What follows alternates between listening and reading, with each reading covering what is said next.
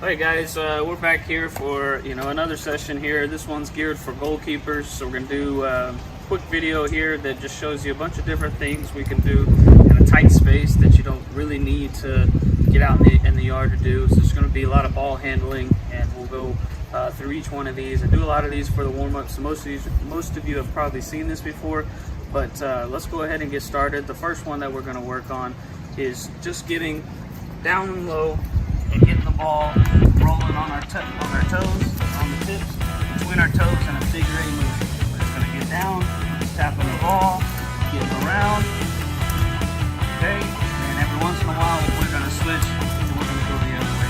Just tap, tap, tap, tap, tap, tap. Just keeping it around, in and out, a nice figure eight action. So you can do that for a good minute or so, and then we'll move on to the next thing.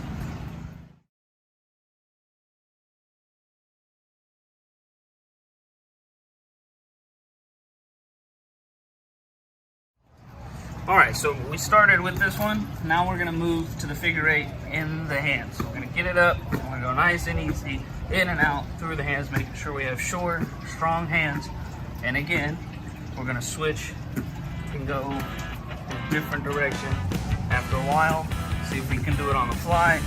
Just get used to having that ball in your hands. Once you get better, you want to hear the smack of the ball so we know we're strong, full hands. Switch.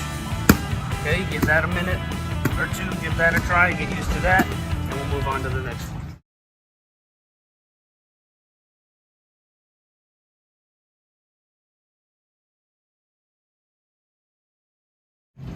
So we did our figure eights. Now we're going to go up to a standing position, and we're going to do the ball around our waist and get that ball moving. You don't want it rolling against you, you want to keep it off.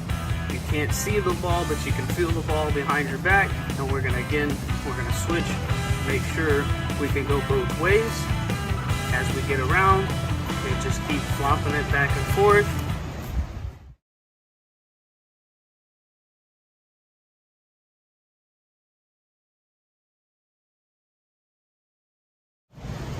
Alright, so we've done a bunch of hand work going in and out of the legs and around the body and around the head. So the next thing we're going to look at is short hands, but off the bounce. Okay, so every time we have the ball, we want to have the W stance, right?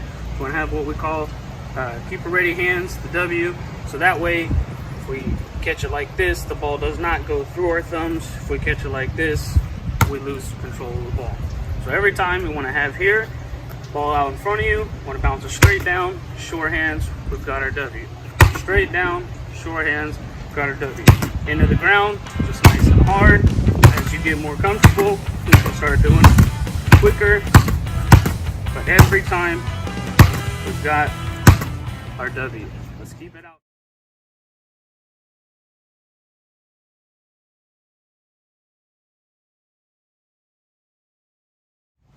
Alright, so we went from this one with the short hands. Now let's add a little bit of fun to it. Let's spread our legs. We're going to get them a little bit further than shoulder width apart. So we want to be able to bounce the ball through our legs. We're going to bounce the ball through our legs, turn around, and we're going to catch it with our hands in the W position. All right, so let's give it a try. Just remember, not straight down. We're going at an angle, and you're going to be on your toes, ready to bounce, ready to go. Okay?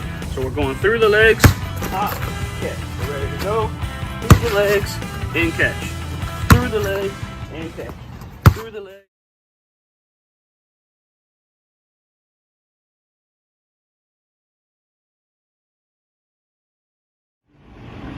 Alright, for our next one, we're going to work on our throws here. Okay, we're going to do what I like to call the windmill throw, because basically it's going to go up and over your shoulder.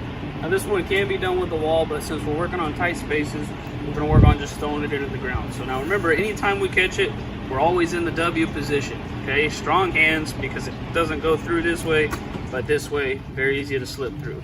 So when we throw the ball, we're going to place it in the crease of our wrist, put our palm flat, and we're going to apply pressure to the ball. Okay, you should be able to do this after working on it. Okay, getting it tight in there, so really, no matter where that ball goes, it's not going to slip out accidentally. So what we're going to do is we're going to work with both arms today. We're going to go up and over. We're going to throw the ball into the ground, tight hands. Throw the ball into the ground, tight hands. Throw the ball into the ground, tight hands. Into the ground, tight hands. Okay? So after we've done that about 10 times, we're going to switch over to the other arm, same thing, straight into the ground, tight hand, into the ground, tight hand.